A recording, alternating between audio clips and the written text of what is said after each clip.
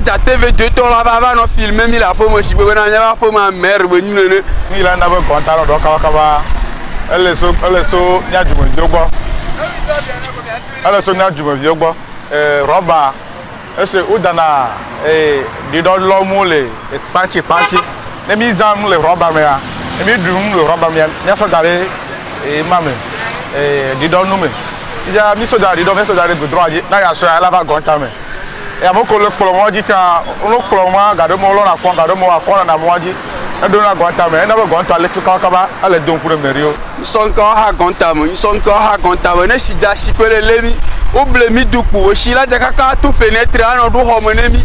L'origine de ce problème, je vois que c'est l'eau qui vient des maisons qui remplissent les caniveaux et les habitants de la zone aussi ont l'habitude de jeter les ordures dans les caniveaux et ça remplit les caniveaux et les caniveaux sont bouchés à des endroits. Les caniveaux sont bouchés à des endroits et l'eau ne peut pas circuler pour aller au niveau du retenu d'eau.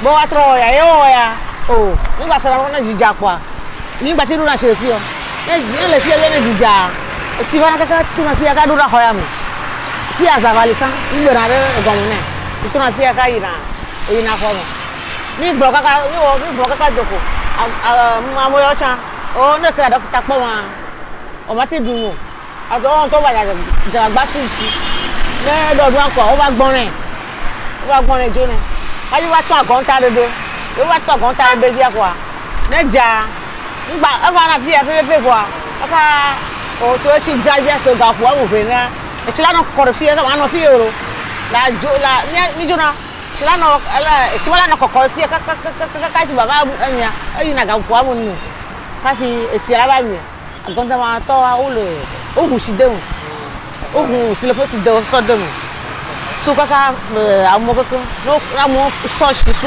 moto afomocha o ko ne nu amo ona ni fono na jija bia amo edu mma la fomu amo edu eduka ediro la fomu atroshi atro bi wa sa koro mu eni fomu na to mo no du la. Dans la zone de CMS à Gouagnivé, il y a un souci d'assainissement qui est lié donc à l'installation des populations et aux eaux de ruissellement de la pluie et autres qui viennent donc au niveau de la RN1.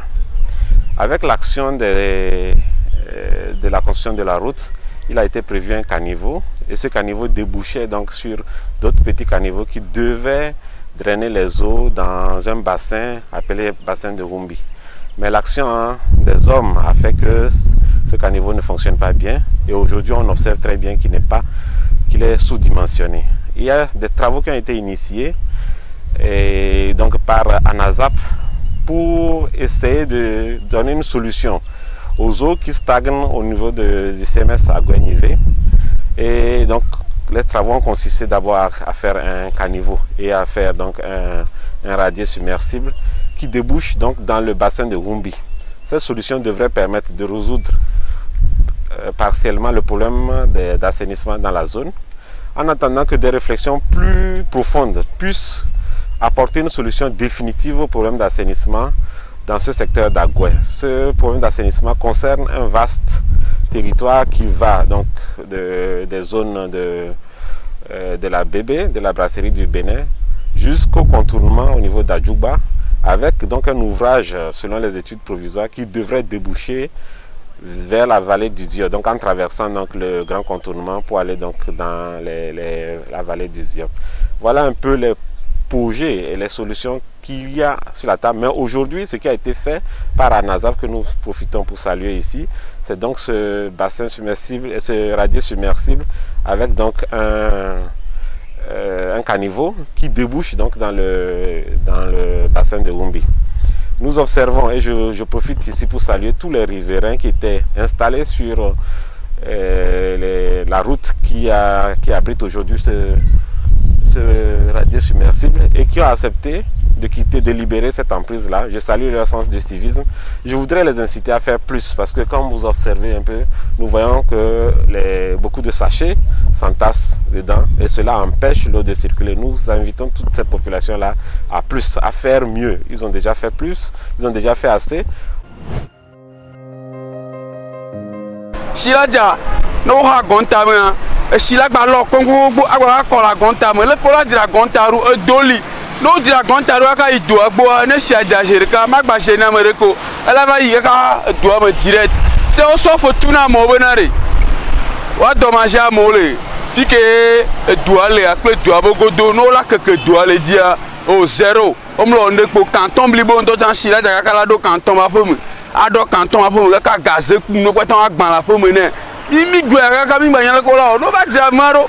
No dire ko carton a jamais réclamé bazu amoko tient passage à merveille petit que bien mille odo ne suffit que il ja tomo ko minona e do ke we nya mille gbon e do ale carton avec ngbedomi ti ke o tu fe na mole a o do manger a mojo le funu o tu fe na o bia funu gba nya mere pebe a nyingba le funu ti a funu a etrosun e tato e donc a kebe sun tato e lolo ou deux lions be ti ko de e do an le donc a la te créer do gan le funu ke be na ne dija no toi o ma son ciment to o ma son propre nto afire pe o la va ni be amola so nwa no ko gontam ko beheta que merida na walo to ni adu akwa me ni agbo no po o mo se na nu ni mo se na nu ne dija bia o na dija o so ko wa tre koromo ele keregia emi.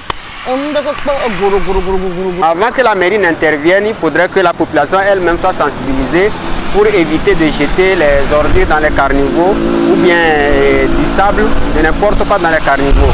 Essayer de racler dans les carnivaux pour libérer la voie.